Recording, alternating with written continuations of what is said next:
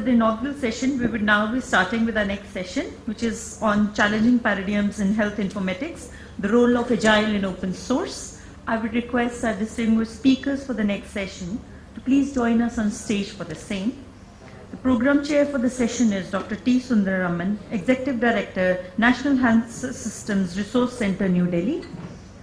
Mr. N.B. Dhal, Joint Secretary, Ministry of Health and Family Welfare, Government of India. Mr. Vivek Singh, Technical Principal, ThoughtWorks. Mr. Naveen Jain, Mission Director, National Health Mission, Ministry of Health and Family Welfare, Government of Rajasthan. For this session, Mr. Gunjan Kumar will be joining us shortly because he's already on the way.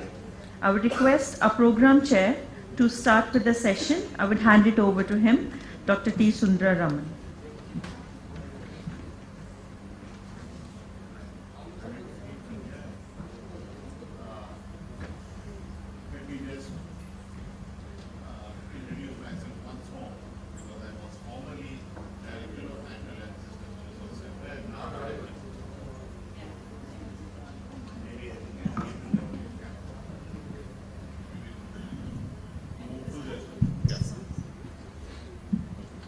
I am formerly Director of the National Health Systems Resource Center. I am now with the Center for Social Medicine and Community Health at Jawaharlal Nehru University. This session is actually looking both back and forward on the explosive development of the application of information and communication technology in the area of public health care. So in some sense, we are talking not just of health informatics, the focus is a lot on public health informatics. How explosive this development has been, we can hardly now recollect, but if you look at it in 2005-06, when the National Rural Health Mission was starting up, there were very few functional systems across all states. And it was at 2008 that we regularized the routine presentation so that from 600 districts, a monthly district report of the delivery of services in public hospitals started coming. And that was considered a big achievement to be able to get 600 reports on a monthly basis. By 2007-08, we had gone to 5,400 block hospitals. Block reports. And by 2011, we were dealing with close to 200,000 facility-based reports was the sort of load that the central web portal was called upon to do. No sooner was that basic unit of reporting where by the very next year the pregnancy, mother and child tracking comes up, the tasks are set upward, and we are now looking at 6 crore reports that have to be generated on some level monthly or at least over a particular period of time, multiple reports about all women, all pregnancy, all immunization, all child care with that. That becomes the new target. And no sooner it come in than there is already a demand for being able to capture every health encounter, being able to convert that into both public health statistic and be useful for patients and their follow. So the expectations of information technology have greatly changed. But to what extent these are able to make useful differences to health outcomes, that still remains a challenge. And all the challenge may not be only on the health information, on the implementation side. It is also there to how we have actually configured information technology to be able to contribute to improving it, or whether it's just an add-on layer, one more activity over a number of activities, or whether it is enhancing the capacity of different activities. Finally, under this rubric of what is called universal health coverage or universal health care, and in the Government of India there are many interesting moves towards it. The National Health Assurance Mission is something that is in the coming. There is a new draft National Health Policy which has a major section on information communication technologies. And there is a lot of expectations that the government has of IT industry to be able to its delivery of healthcare and its accountability and its service records. So in some sense, this panel will really look at these challenges and see whether the existing way in which we do software, the existing way in which we approach IT is adequate, or we need new ways to match this load given our past experience. So I'm first call upon Mr. Dhal, Nikunj Dhal, who has so kindly agreed to be over here with us today. He is in charge in the Ministry of Health of e-Governance. So in some sense, what is happening across India in health, in government, in the information technology area comes under his domain to sort of take us through some points on what are the most important features that are developing and what are the most important challenges that he thinks and where exactly he would like IT industry to come in on this.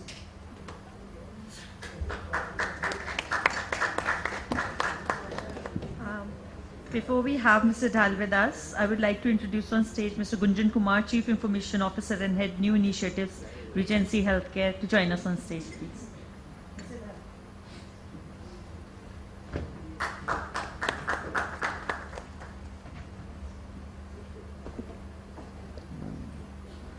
Professor Sundar Raman, the distinguished panelists and the participants. Actually, it is my pleasure to be speaking to you on this issue. Actually, when Dr. Sundar Raman spoke to me regarding this session, I was really quite excited that this is one of the forums I can use to share some of the thoughts of the ministry regarding adoption of ICT in the health sector. So thank you, Dr. Sundar Raman, and thank you, eHealth, for inviting me for this session. Though the specific, purpose of this session is to speak about agile and open IT systems in healthcare sector, but before that I would just present you a very macro picture on what in the ministry we are really considering or contemplating as far as e-health is concerned. Let me also tell you a fact that some of the states like Gujarat, Tamil Nadu are really at a very advanced stage of IT adoption in various areas, including the state of Rajasthan also, because the mission director of Rajasthan is here, and one of the things they have done that is online payment of ASA, that article appears on the magazine, eHealth magazine, the current issue that is on our tables. The issue is that we have so many systems which are national level systems like the MCTS, Mother and Child Tracking System, the HMIS, the Health Management Information System, then we have the old workhorse, that is the IDSP, Integrated Disease Surveillance Program, and then we have so many other systems. But the problem is that these systems are working in silos, and these systems are not interoperable.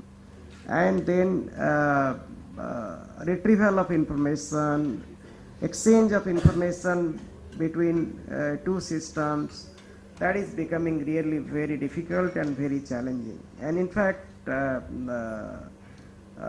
is a challenge, and these issues have been very appropriately articulated in the National Health Policy that Dr. Sundar Raman basically referred to.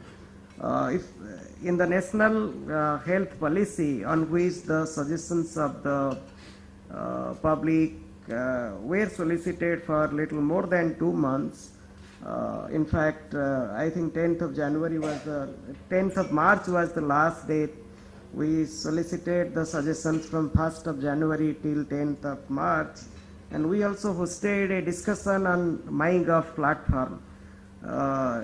Basically talks about health informatics as a very important pillar of the healthcare system.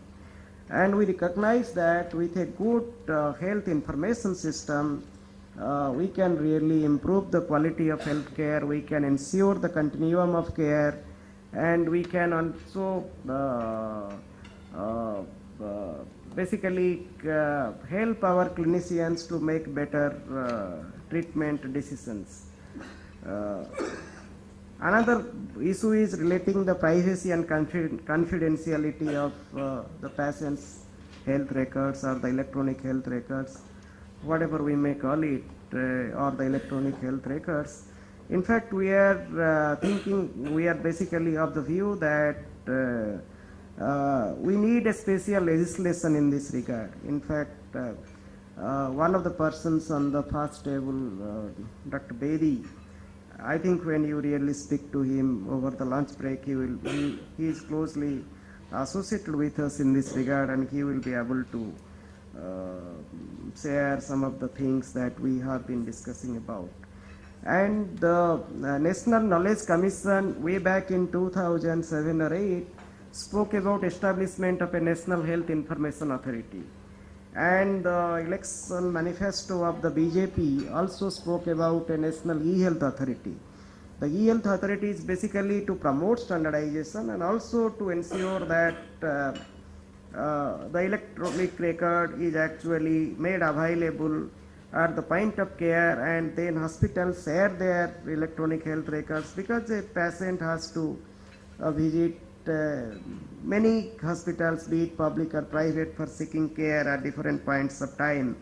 So the concept note on establishment of NEHA, National E-Health Authority, what its role would be, how it will work, it will be put up in the ministry's website soon. In fact, maybe in 1 or 2 days, or maybe by next week, because we have already given the formal approval for seeking the public comments on that, and we will also be hosting a discussion on that in the MyGov platform. So I would request all of you to please share your ideas on this subject.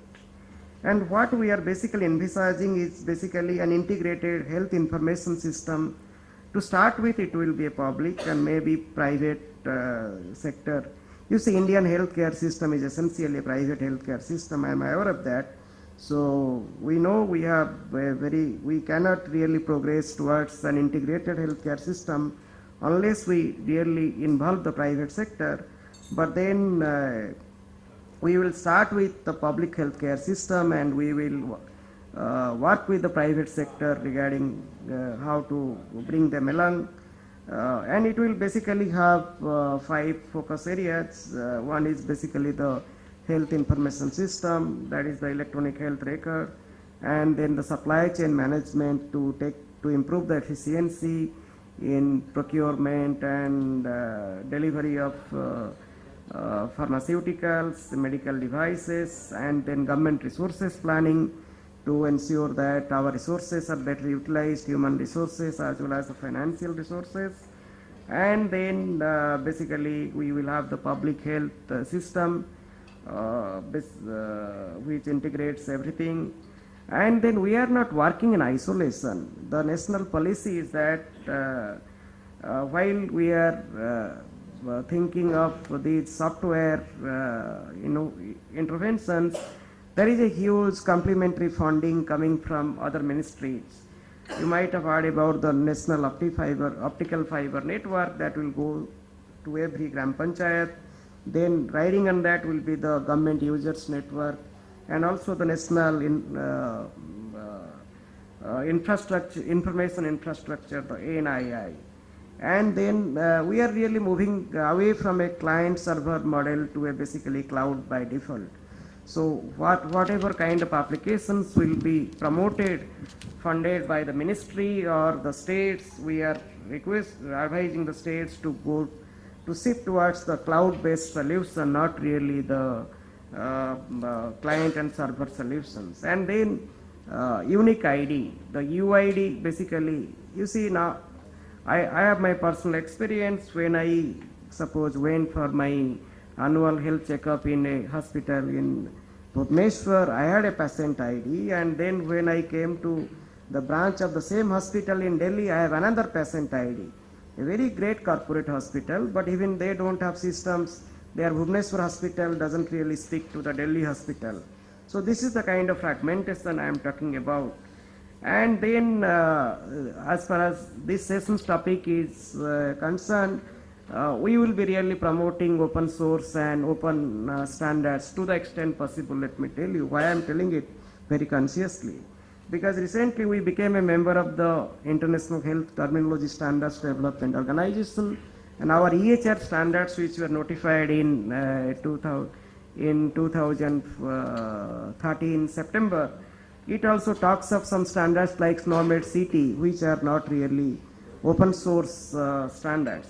So where to the extent it is available, we will be using open source standards but open standards and open source software. But then at some point of time we may need to use proprietary software. And then as far as the development is concerned, I think one of the panelists who have worked with the JSS in Chhattisgarh will be talking about their experience. And to basically borrow a sentence from our former health secretary, Mr. Keshav Desiraju, he in fact, when we were basically consulting the states on the health mission mode project, he told a very nice thing, and that's why I am borrowing exactly what he told.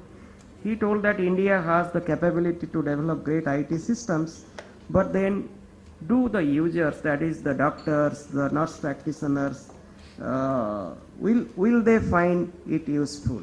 Will they feel that these IT systems are going to reduce their workload?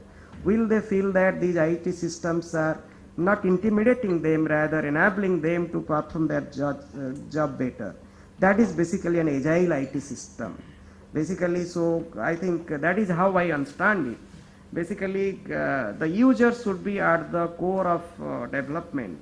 The user means be it the patient, be it the provider, they should actually be at the core of development. We cannot really design a system which does not take into account the requirement of the users. So I think I would like to conclude by saying that the ministry's vision is basically an health informating system which is based on OSS, open source software, then open standards, then open systems interfaces like open APIs, and open development processes, that is the agility.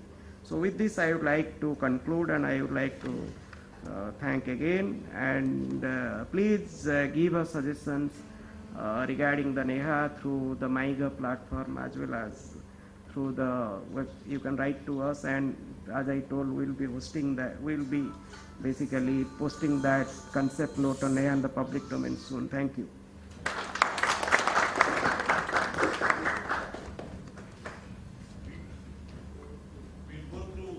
Brief presentation by each one of the members and then have some questions from the floor, and the panelists can respond to that. Now we will have next speaker Vivek Singh, who will come in, and one may not have heard of ThoughtWorks, but one has very often experienced what work they do if one is in the public health space, because they are often the technical partners of different agencies who are the front partners of this. So for example, there's work of theirs which powers the Gates Foundation work in rural Bihar, the Ananya project, some of the work over there, these have been the technical partners. Similarly, in the state of Karnataka, with both the support of WHO, NGOs, and for the government, for ANMs, how exactly one could empower ANMs or paramedical workers, our most important peripheral paramedical worker, how they, so whereas the program in Bihar is much more ASHA focused, here you have a much greater focus on the ANM. And in their program in Jan Swasthya Sahayog, it is at the level of the primary health care center and the rural hospital where they are really working. So what you have seen is actually looking at a different form of developing software that is very appropriate to public hospital and public extension workers, and a different approach to it. But what are the challenges, what are the ways, what are the learnings? One interesting aspect of this organization is that they have in detail studied the experience of different systems that are running in the nation, which others have also done or governments have deployed, and they build on those shoulders rather than start de novo as it is their own stuff.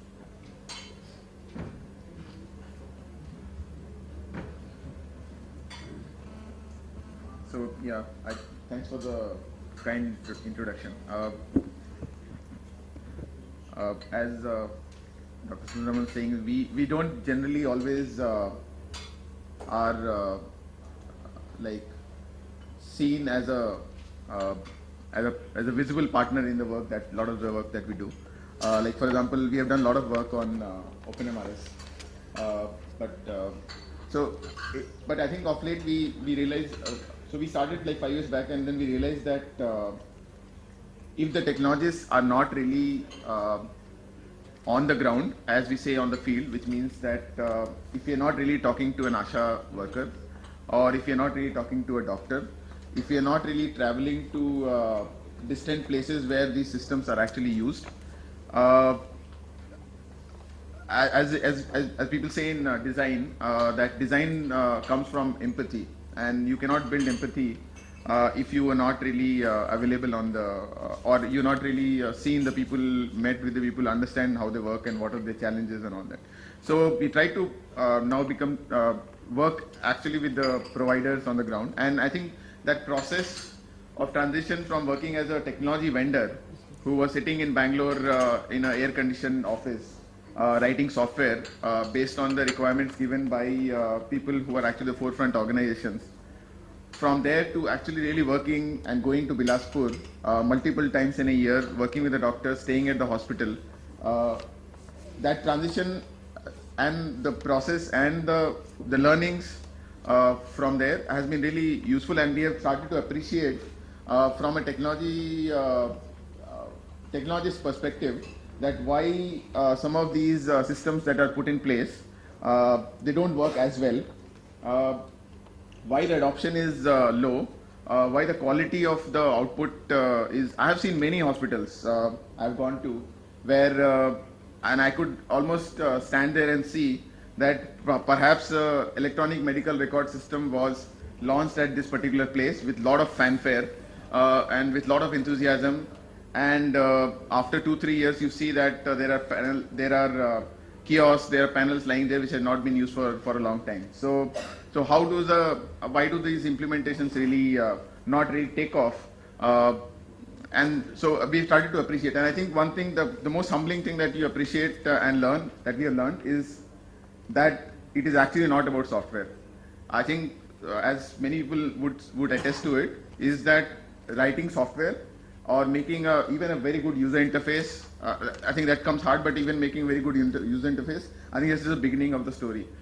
Because the real thing happens when people start using the system. So what we have seen is that as a technology vendor, we get involved very late. So by the time a technology partner is asked to build a system, somebody has already defined the solution, that this is what it should be, instead of keeping them involved, them being involved in the process of trying to understand actively that what really will work.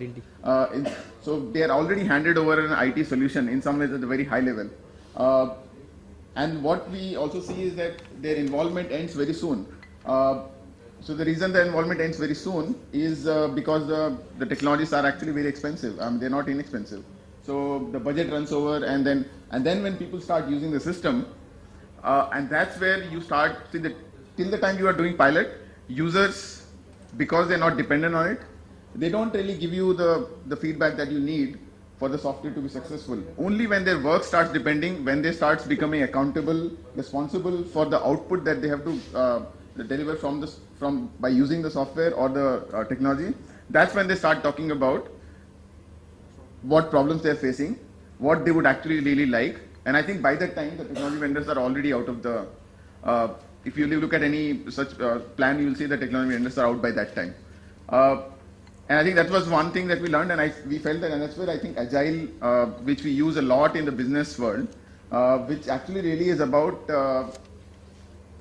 breaking down this process of development and implementation of software, not into a waterfall thing. So let me just explain the waterfall. What we mean by that is that you do requirement, you do analysis, you do development, design development, and then you do implementation, and then people start using the system. This process doesn't allow for any feedback. So since that's why it's called a waterfall, that the water falls, nothing actually goes back up. So nothing feeds back and you really don't learn in the process. Whereas the agile way of developing is where you are involved in a small capacity throughout the process so that you learn in that process and then you actually go back and change your what you have developed. It is, people say it's an inefficient process, and perhaps it is an efficient process, but it is an effective process. It's, you can be very efficient and drive very fast and just fall off a cliff, but that's not very useful because you are very efficient. So you have to be really effective in the goal that you are trying to achieve. And that is something we have learned, is that agile really being in, one is being involved, and second is being involved throughout the process is actually very, very important. The other challenge, and this is our observation, is that, and I was sort of talking about this earlier, so I'll not go into too much detail, is that we have to make the systems for the provider so that it is included in their work and it is not another piece of work. And I think there is a difference. So for example, if doctor, or let's say, let's not take doctors are a hard thing. Let's say nurse is supposed to report something, then that is actually work. Because they're supposed to do their actual work, which is taking care of the patient and everything, and then they're supposed to report something. Now, taking care of patient and reporting, both of them then become work. But if it is included in the process of actually taking care of the patient, then it is actually not work. There is one is, you can call it empowering or enabling, but, and the data naturally comes out of it. You don't really have to tell them to give you data. And I think when that happens, we believe that the adoption, the data quality and all those things are much higher than when you just ask them to do something, because then there is not only there is a scope for making up data, but there is also less incentive to why should I again, now I've done my work, why should I again go and do that? And this, I mean, you see in business also, like, I don't know how many people have to fill timesheets, but, and it is a very small thing, but when we fill timesheets, we have to now end of the week, we have to remember what I am supposed to fill, what I have done in the whole week, because it's an extra work and it is never, because not included in your process, you tend to make up information and it is rarely accurate. So these are some of the learnings, and I'll probably stop here and maybe answer questions during the discussion.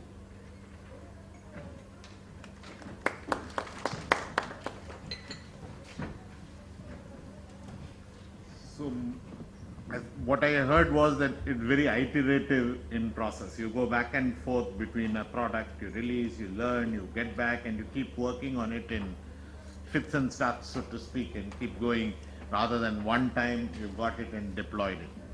But of course that places a challenge, and I would like actually the next mission director from Rajasthan, where is one state which has been very active in development and deployment of e-health strategies, to reflect upon what they are doing and what are the challenges they face in the utilization of e-health, and what is it that they look forward to from the nature of IT industry to healthcare delivery interface.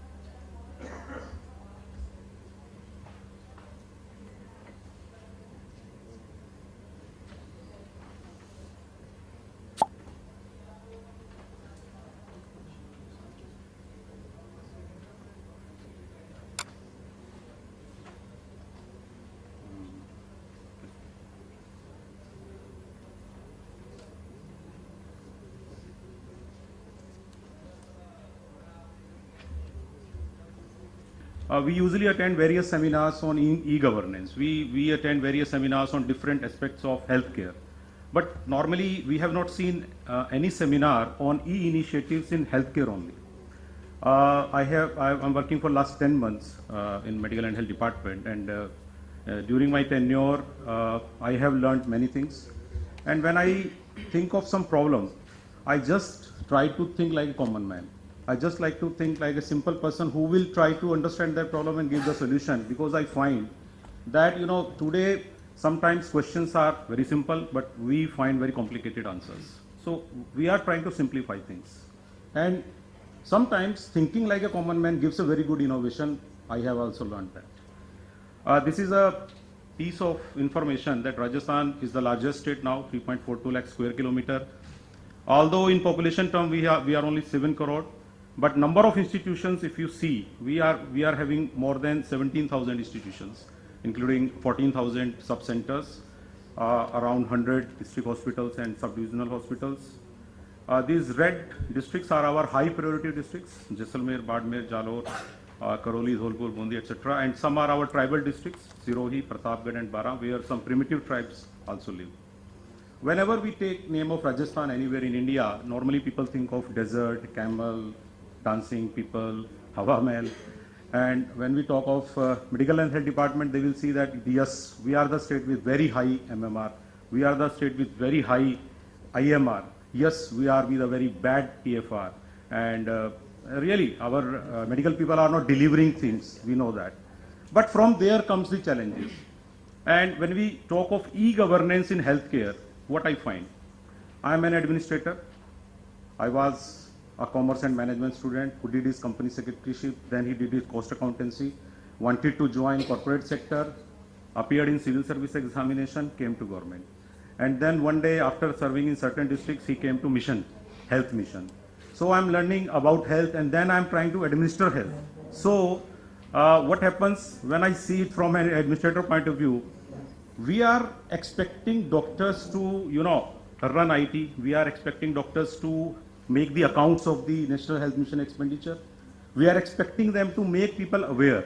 Some of these functions could have been taken by professionals, some non-medicos who were not in shortage. While we are using our people in shortage for such functions, which we could easily shift to some public health cadre people. So this is first finding. When we say, okay, this is a problem, why we are not able to bring every pregnant lady for ANC checkup anywhere, even in Rajasthan? Secondly, if we know that a lady is pregnant, why can't we make her come to an institution for institutional delivery when we are paying 1400 rupees per delivery, even it is 7th child or 8th child? Third, when a lady has delivered in an institution, why can't we ensure that every child is immunized? So IT looks a very good solution for that. And IT solution was implemented by Government of India 5-6 years back, called maternal mother and child tracking system. But if we see the results after 5 years, these are very disgusting. I will refer to Mr. Vivek Singh's statement. He said that software development is a very small part of the total initiative, because anywhere can make a good software. You can make a better software than me. I can make a better software than Karnataka, Andhra Pradesh. Actually, in government setup, development of software is only 10%. It takes care of only 10% of your problem. 80% it is implementation strategy. How people will take it and how they will sustain it. And remaining are the challenges, to fund the various activities later on. Sadly I have to say, in last 10 years, if we see various e-governance initiatives taken by various governments, various departments, now they have become case studies only. We don't find them actually in the field. When we were in academy, whatever case studies we were told, we don't find them existing now. We just read them, and now they have replaced the case studies because now they are seeing towards new case studies. So what is the problem? I find that leadership is the main problem. It's a leadership forum. It's a leaders forum. But I find that people try to take it up, but in government sector, leadership is absent. Whenever there is a leader, initiative is taken, but as he moves out, as he is transferred out, the initiative goes with him. So rather than getting the initiative institutionalized, we are getting personalized initiative. This is a picture of Rajasthan. Actually, some people say e-governance is a fancy idea. Governance तो personalized होती है, लोगों का ये मानना है. But we say कि राजस्थान के लिए e-governance is a structural requirement, because our huge size of admin units, our population density, limited availability of manpower, e-governance is required by us. Just the red portion of our CM statement, it is really very good, where governance is more visible than governments. we should have a system. I'm very happy to say that right now we are experimenting. We have implemented these much IT interventions. I may not be able to touch all of them because I have, I think, 5 to 6 minutes. AshaSoft, HMIS, eShubh Lakshmi, SNA database, impact for monitoring PCPNDT Act, eOshdi, use of MF for better communication. I just want to bring forth the fact that now using Facebook, using WhatsApp is not a big thing for government employees also. We have various WhatsApp groups. From here I am getting information what is happening in various medical camps in Rajasthan. Or we are planning various new seminars right from here when I am interacting on my WhatsApp group. I will just like to touch 1-2 big initiatives which have been replicated or which are ready for replication in other states also, and one of them is AshaSoft. I will explain only in one line when it comes. And eOshdi is something which CDAC has made for us, but now when Mr. Dull has said and Mr. Jagdish Prasad, Dr. Jagdish Prasad was also saying that now free drug scheme will be implemented in all parts of India by all states. Let me tell you one thing, now after Tamil Nadu, Rajasthan is the second state in India which has completely gone for universal coverage by distributing free medicines. If any one of you happen to be in Rajasthan in last 1 year, you can see it anywhere. Even WHO has conducted a very rigorous study of our free drug scheme, and they have come out with the result that it is being implemented with more than 90% of success rate. Some other two, we have 108 ambulances like Delhi have, Haryana, various other states.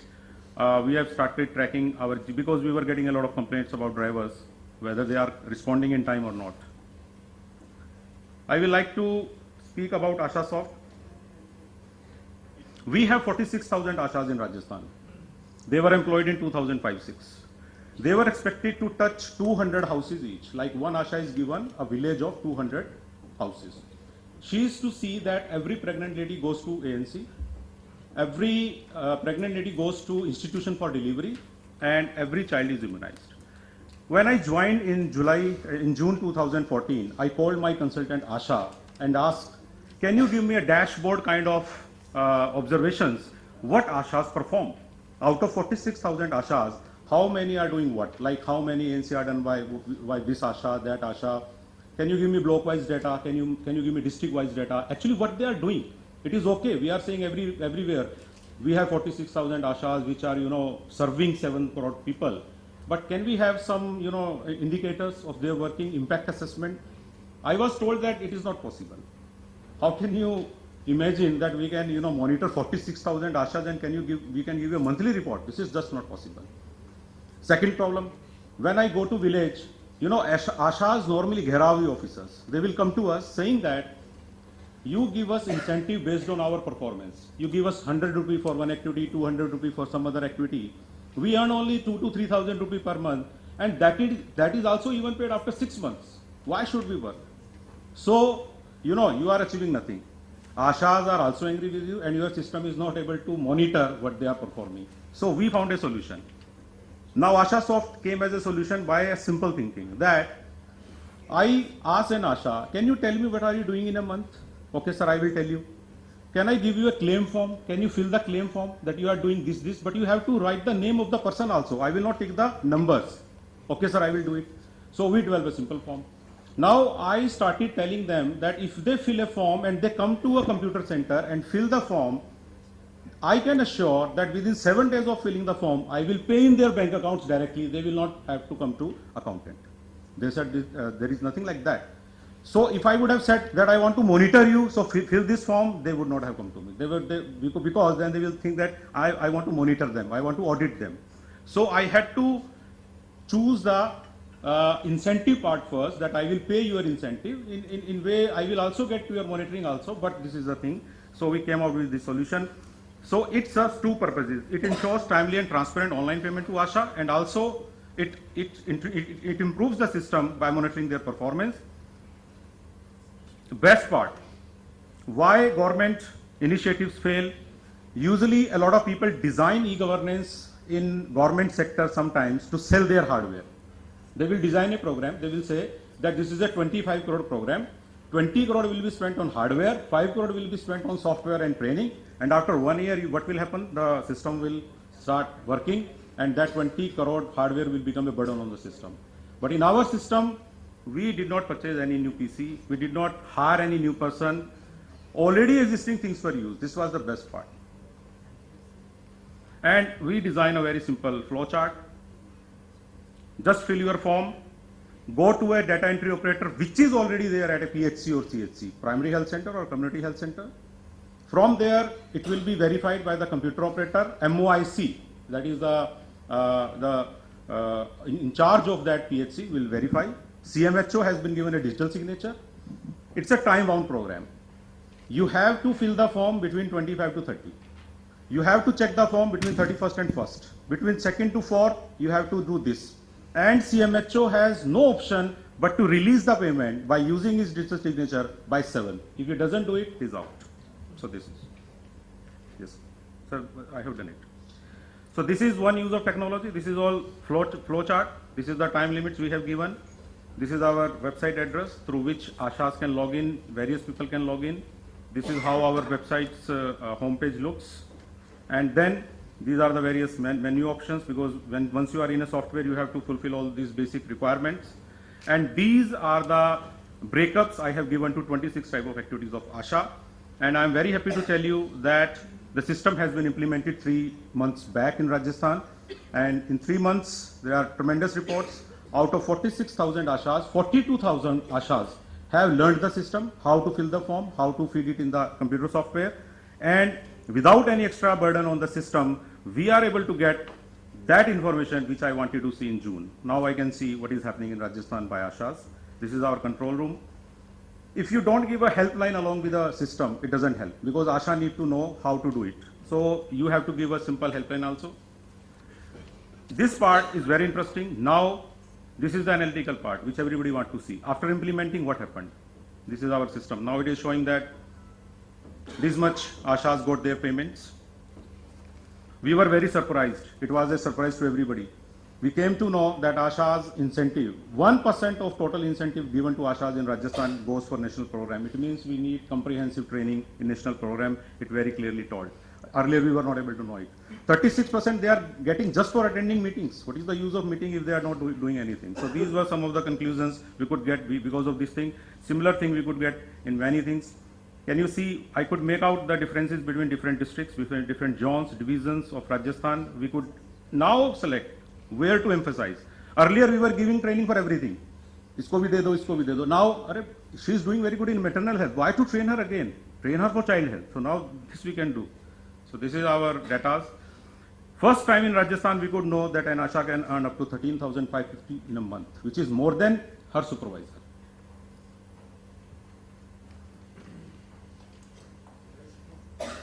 So lowest paid, this is 15 rupee. Lowest paid ASHA earns 15 rupee a month by collecting one slide. So the lowest performer ASHA can earn 15 rupee and the highest can earn 15,000. So we are trying that in time to come we will do various other things. Sir, e-OSD, if you give me sir 1 minute. Sir, e-OSD is something, in Rajasthan 800 type of medicines are given free of cost to 7 crore people by 14,000 institutions. How to monitor? Which medicine is getting expired somewhere. So this software has been implemented at all the ends, and due to this we are able to know how many medicines are available at what center, when I should order for new medicines. Thank you very much, sir. I think we are also making one software for e-Upkaran. That is the biggest problem with public. They say that your people don't want to deliver. You purchase sonography machine, you purchase very good X-ray machines, but after some days it is you know, they don't want it to be working because they are in hands and gloves with the people who are sitting outside, because they get a cut in the diagnostics done outside. So we don't know how many machines are working, how many machines are under repair. So we want to design this system, and in our budget this year it has been announced that we will implement it. We have prepared the software and we are ready to share it with Government of India also if they are interested. मैं sir ये last slide दिखाना चाह रहा था कि e governance कामयाब क्यों नहीं होता है. Either the initiative is personality based or sustainability is not inbuilt in it for long run. I think अगर हम ये दो इशू सॉल्व कर सकते हैं sir, then we can have more of e health, more of e governance in health care. Thank you very much.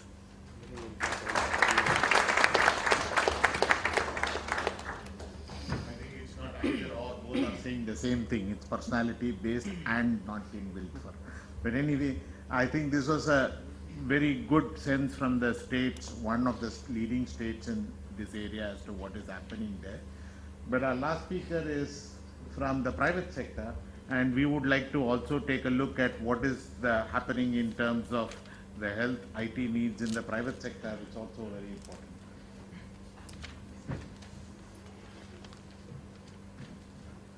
Very good afternoon. I'm the last batsman and I've been given just 5 minutes to score the max, so I'll just start hitting. Okay, my name is Gunjan Kumar. I'm CIO and Head of New Initiatives and Transition Head of Regency Healthcare, which was formerly known as Regency Hospital. Based out of Kanpur, almost 18 months back, they decided that they have to scale up big way. They had two hospitals. One was a super specialty tertiary care hospital. Second one, they came up with, I would say we came up with the renal care hospital. And while they were doing renal transplants earlier, some statistics, we have actually exceeded 105 successful kidney transplants since we started this. So my role was as CIO and Head of New Initiatives and Transition Head was to bring up three more institutions. One was a model that is again a rapid deployment model. I was told that if we are successful with this model, which is a clinics model, that's not a full-blown hospital, that would have, there's a lot of gap in most of the states, in UP especially, for the dialysis patient, their dialysis machines are there's a shortage of dialysis machines. So we opened up this center with 13 dialysis machines, top of the line diagnostic center and OPD clinics. So this was a model we planned to deploy across the region, about 16 cities. The fourth one,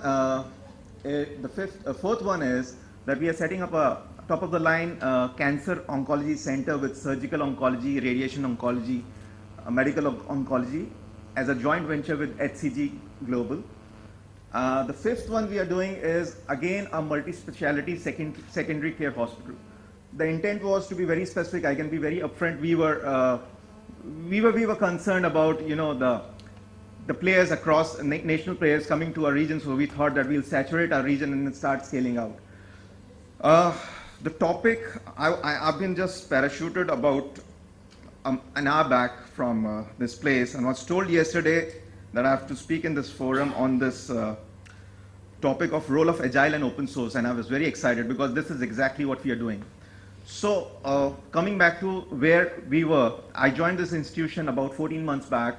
It was more or less a brownfield project, and to be very frank, the IT systems were more to do with the finance and billing and other things. Being head of transition, I was also brought in to bring in reforms into the HR perspective, training of nursing staff. Clinicians were very excited. They said, now we'll have so many hospitals in the region, so we have to stay connected. There has to be, all UHID and all blah, blah stuff, and that was not in existence. So with so much in the basket, what I thought was, first of all, I have to take the liberty and have my management convinced that the approach, what we have, which we say agile, will work for them. The problem is that when you are having a stable solution for last 10 years, as whatever you say, HMIS, HIS or ERP, and you want to touch upon that, you are actually trying to tinker with the existing stable product. So what I suggested was a very interesting model using open source. Again, coming to statistics, I told them, this was a brief I gave them was, at the Wall Street, almost 9 of the 10 banks are running on open source. Facebook at the back end uses open source technology, even Google uses open source technology. I'm trying to be very specific. I believe there would be a couple of clinicians over here as well. So when we say Linux, Ubuntu, Android, again, it's an open source technology. So what is agile essentially? If we have in our childhood played a game that is American game Lego, wherein you connect couple of parts and create something, then destroy and recreate and keep back what you think is right. And that's what is Agile all about. The approach was to have a disconnect development from the existing ERP, speak to the users, develop a very, very legitimate solution as a pilot project, and then venture into other areas which are clinical areas. So I picked up the most simplest thing was, although doctors were quite interested to, have very high-end integration with the ICU equipment, ventilators, they were quite excited because something new was happening. The challenge was, again, the funds. And the biggest challenge was everybody wanted everything, but when you get into application with specificity and the requirement, they don't have time, they don't have the specificity in terms of an application developer who would understand to develop that kind of application. The requirement was very broad. So what I thought was I took this pilot project of a very, very simple thing, which I'll narrate an example to you. What happens is, any hospital, whether it's a corporate sector or it's a government hospital, they have to take feedback from the users, which are your patients, your relatives of the patients who are visiting you, the kind of experience they're getting, the kind of challenges they are facing. So as a standard methodology, every hospital would be having their feedback forms for executive health check, for IPD patients, for OPD, for general complaints. I took up this model and made it in a disconnected format. Was that we developed everything on a mobile platform. I'm being very explicit on that. There's an application, a web application called Mobile Gap. That now again, the convenience it gives is you develop your application on it, and then it can render. Suppose you have JavaScript on it, you render that application with a perspective of doing it for Android. The application itself converts it for iOS, which is your Apple phones, your iPads. It can go and do automatically your window app. It can do your BlackBerry stuff. So one-time deployment, development, and you can deploy it across different platforms. So the next interesting thing what we did was, in Agile, what happens is you speak to the users, you take their inputs. Their inputs are basically user cases, which are generally narrations. So I told them this is the model which we are going to use again for your specific requirement when it comes to clinical care. So be very explicit about narrating your user cases. So they gave us user cases that normally people can't write English. And the most importantly, I think this is a fact universally, that people don't trust that the feedback what they give will reach the legitimate hands and appropriate action will be taken. Thirdly, Hindi feedback forms. Okay, that's fair. But if a person who cannot, or some patients are aggravated, somebody has demise, something has went wrong, they want to give a genuine feedback, and they are jittering, they're not willing to write down anything. So this was the first brief I took from our different users. We had a couple of hospitals for operation as of now.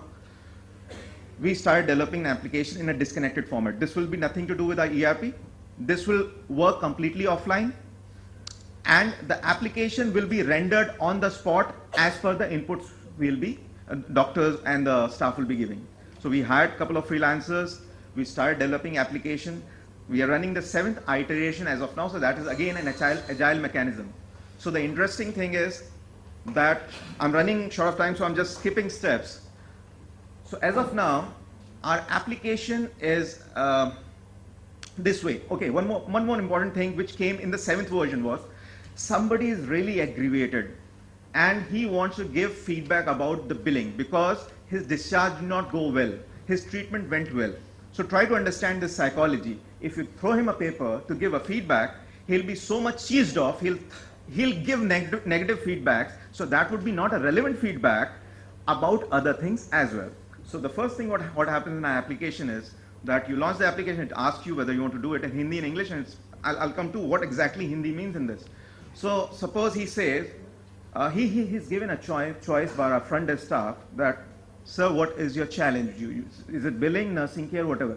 So those selected options will only be thrown as questions subsequently. He will not get questions regarding housekeeping or kitchen or blah blah stuff, because you have, when you're giving feedback, you're not giving an appreciation feedback, right? That's a complaint, basically what he is doing. If somebody is giving appreciation, there's appreciation form separately in the tablet.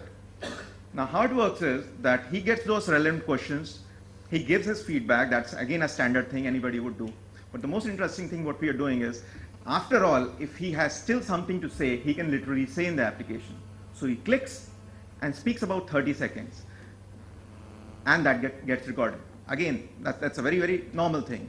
What happens next is that this entire, because you have, if you have to do it on 3G or Wi-Fi, then you have to revamp the entire IT infrastructure of the hospital, because the hospital has basement, and then the cancer area, the linear, 30 seconds. So the application, the moment it encounters any kind of 3G signal, Wi-Fi signal, it throws the relevant information to the relevant stakeholders.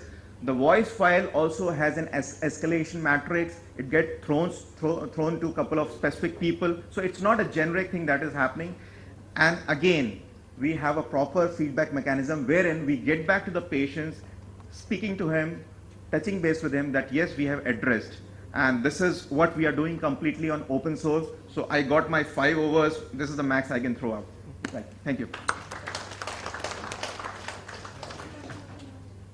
No, I think just a couple of questions just to break it up, to get a feel of it, and then small Is there any other hands on? Please note down the answers. And my question is to Dr. Naveen Jain. So thanks a lot, sir, firstly for sharing your e-health initiative experience, the mixed bag of successes and challenges you faced in Rajasthan.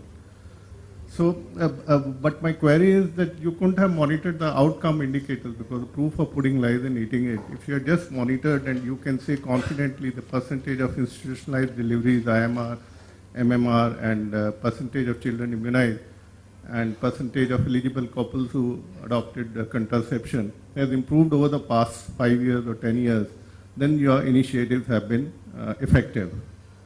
So that is one. Then second, we had also provision of uploading data in National Health Mission e-portals that came up some years ago.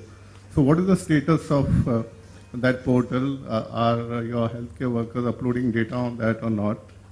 Or it's like any other e-health initiative that fizzled out. So what's your response on these two specific queries? Just make it telegraphic. My question is to Dal sir. Sir, anybody in India currently can make an EHR or a health-related application, and it is out in the public. They can sell it. And are there any ways, like nobody can make a new drug and bring it to market? There is a regulatory process through which. Are we looking at this? Because when we say IT is going to transform healthcare delivery and things, it's probably about time that we have to look at this as well, sir. I have two small questions. I have a mother and child hospital from Hyderabad, hailing out of Tamil Nadu, for your information. Is there still non-institutional deliveries happening in Rajasthan? Second is anybody hosting all the data on the cloud? That's all the question.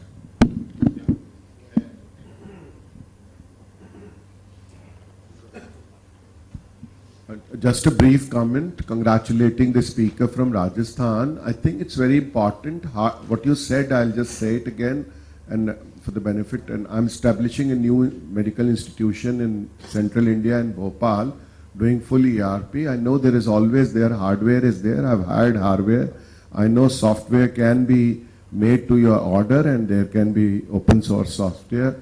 I know the humanware we employ, they can be ASHAs, they can be my workers in my hospital. It's the system that you and I have to create. And it is the system which has to be non-threatening, and I think unless we do a lot of heart searching, solving, we will waste a lot of public money unless we create the systems which interact the hardware to software and the humanware that we have.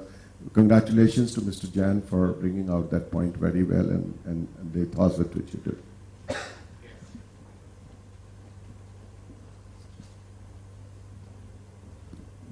Hi, my name is Dr. Ashish Madhav. My question is to Mr. Gunjan Kumar. I understand that Regency Nephrocare is running the dialysis, and Nephrocare has a very decent therapy data management system. Do you think that the same system can be, and the same information can be extrapolated in other fields apart from dialysis? Because you already have it. And this is the last. We'll go in the same order and just one line.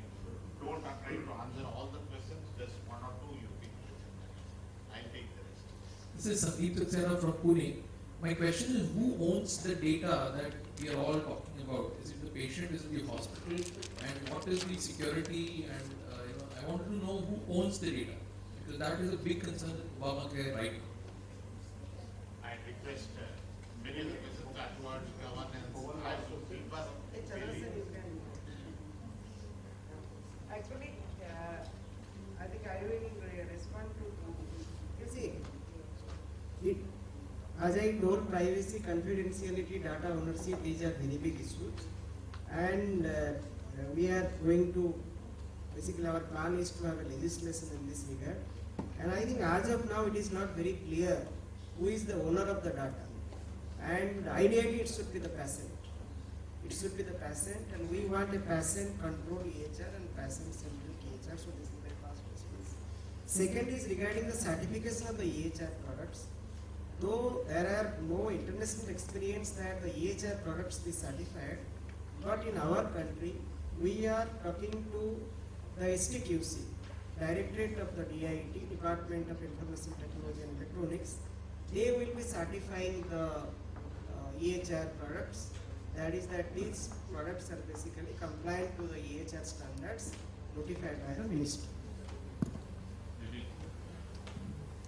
I think patient data ownership is actually is a challenge to really establish who owns the data, and I agree that everybody in principle when asked agrees that it's the patient who should own the data.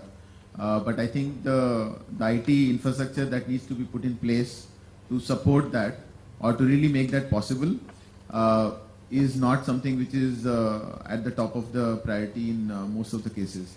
And this is a process that will happen because I think when there are fundamental issues to be taken care of, this typically gets put on like very down in the list of things. So that's very philosophical to say patient owns the data. That is correct. Philosophically, absolutely right. It is the custodianship of the data.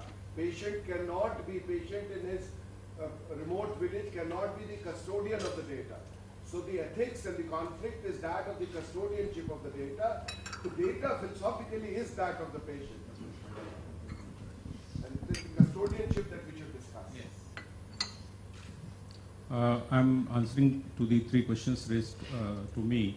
First was whether Rajasthan has non-institutional delivery. Yes, around 20% of the deliveries in Rajasthan can still be non-institutional deliveries because we can know the deliveries which are coming to either government facilities or the accredited private hospitals. So that is 79 to 80%. So remaining people may be going to some private hospital, but unless we confirm that data, we will say that that 20% is a suspense thing which we have to look into. Second is the data. Where is our data hosted? So in every state there is a state data center. So we have to take permission from DOIT, Department of IT, which allows us to host our data on state. Where whatever application we make, the data is hosted generally on our state data center. And third is about the PCTS system, MCTS system, why it could not work. The answer is yes, it was developed 5 years back, but the entry points, 2,500 entry points, there people were not posted, or even if they were posted, they were not monitored. That's why there were gaps. So now, if you start controlling that monitoring, if you start monitoring those points, okay, 100% entry is made of every pregnant woman or every child which is born, I think we can take care of that. Actually, there is, to reply to one question, there is a whole lot of data that is uploaded. The portals are actually flush with a whole lot of data. For any district, anywhere in the country, you can get on a thing like 200 indicators, health sector performance for any month of the last 3 years. That level of capacity is there. And Just actually, it is not really actually a philosophical question that who owns the data. It is a legal issue has to be resolved. The second issue is regarding custodianship. What is envisaged is that all the electronic health record will be centrally stored at the state level, or if not stored centrally, then there will be an health information exchange established in each and every state, which will facilitate that the flow of data is maintained. And then as of now, we don't have an institutional structure to do the stewardship in this regard, like developing the standards, maintaining the standards, how a HIE should function, how the data should be stored, whether it should be index-based storage or it should be, and then how much we should store, what is the minimum data set that should be. So that's why I told we are going to establish a national e-health authority which will be doing the stewardship in this regard. So please have a look at that concept paper and then. There was a question asked about Regency Nephrocare. That's one of our division who exclusively does dialysis. So we open up dialysis center under that banner. So there was a question that we have a very, very advanced and stable, proven therapy data management system running under that banner. So the question was asked was that whether the same technology, the same platform, and same knowledge can be ported back to other areas as well. So that's true, that can be done. Having said that, even while the other speakers were speaking, I was thinking about very interesting thing. There has to be two areas where the development should work. One is knowledge. And when we say that the topic of this event for this session is open source. Open source need not essentially mean the open source software platform what we are talking about. Open source means open sourcing of information. So if the business rules, the processes, whether it's one of our partners or various software development solution providers, they have to make the data source also, the way they store the data, how the information is fetched, and how different business rules are applied. If they have to make this thing public. Let the skill take the precedence rather than having the kind of proprietary share. Okay. So with this, I'll bring this to a conclusion. Thank you all for participating in this panel discussion, and we look forward to a future. Certainly open source is going to be the idiom of the coming times, however strong we have had past history on this, and we look forward to future discussions. Thank you so much. We request Sundar Raman to give away the mementos to all the distinguished speakers on the session.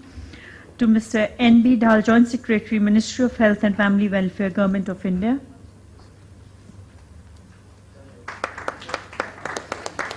To Mr. Vivek Singh, Technical Principal, ThoughtWorks. To Mr. Naveen Jain, Mission Director, National Health Mission, Ministry of Health and Family Welfare, Government of Rajasthan. And to Mr. Gunjan Kumar, Chief Information Officer and Head, New Initiatives, Regency Healthcare.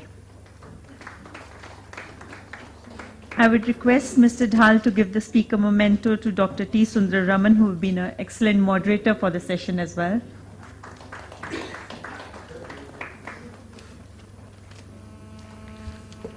I would request everybody to please come forward for a session photograph.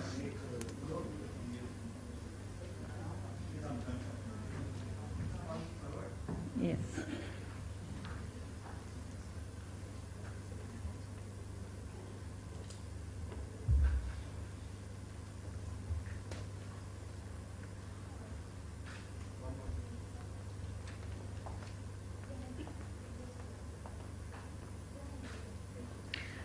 Thank you so much.